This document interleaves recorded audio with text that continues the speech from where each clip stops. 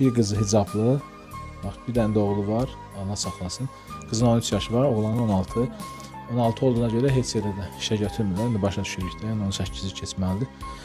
Ona görə yəni mən gəldim, kimə dəstək olmaq istəsə, evin halı budur, yəni başqa bir şey yoxdur. İçəridə nəmişlik bir evdir, yəni göstərə bilərəm.